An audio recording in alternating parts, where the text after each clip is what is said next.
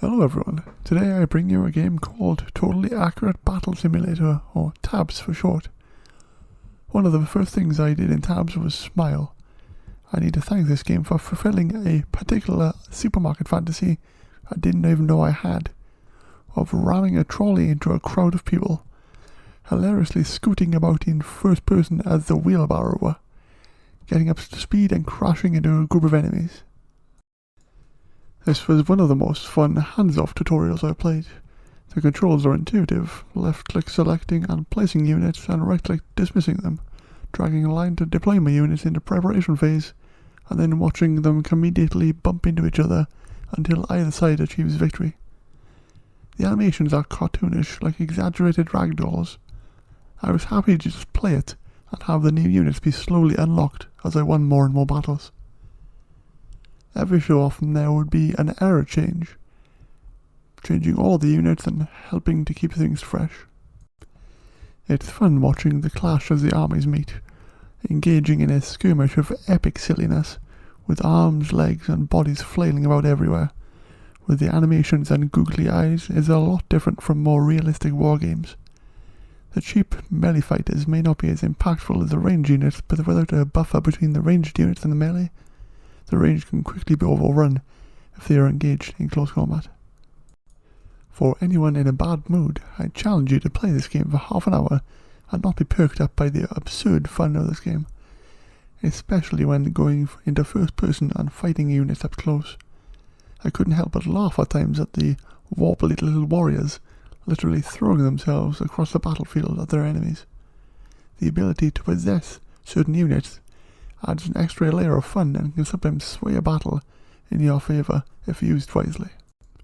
Despite the silliness, there's a surprising amount of strategy that goes into the combat here, experimenting with different builds, using different formations, and varying unit placements, and sometimes you just have to put a giant mammoth onto the field, sit back and watch the chaos unfold.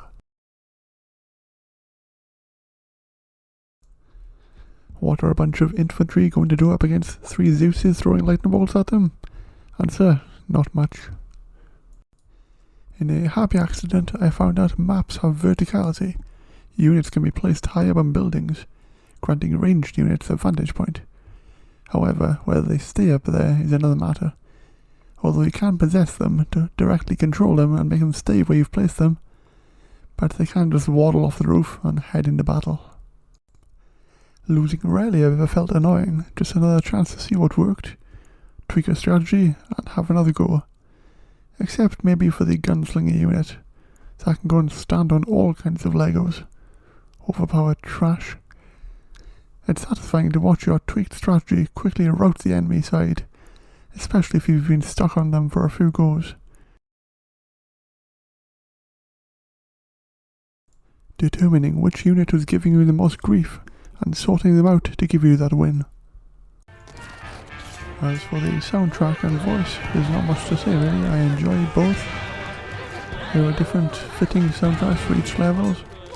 The voices in the game add to the comedy style, spouting random gibberish and sometimes just random noises as they attack.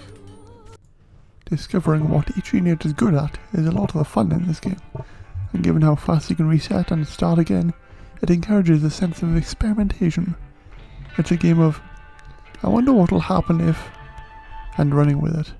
I've never taken more joy in losing than I have in this game.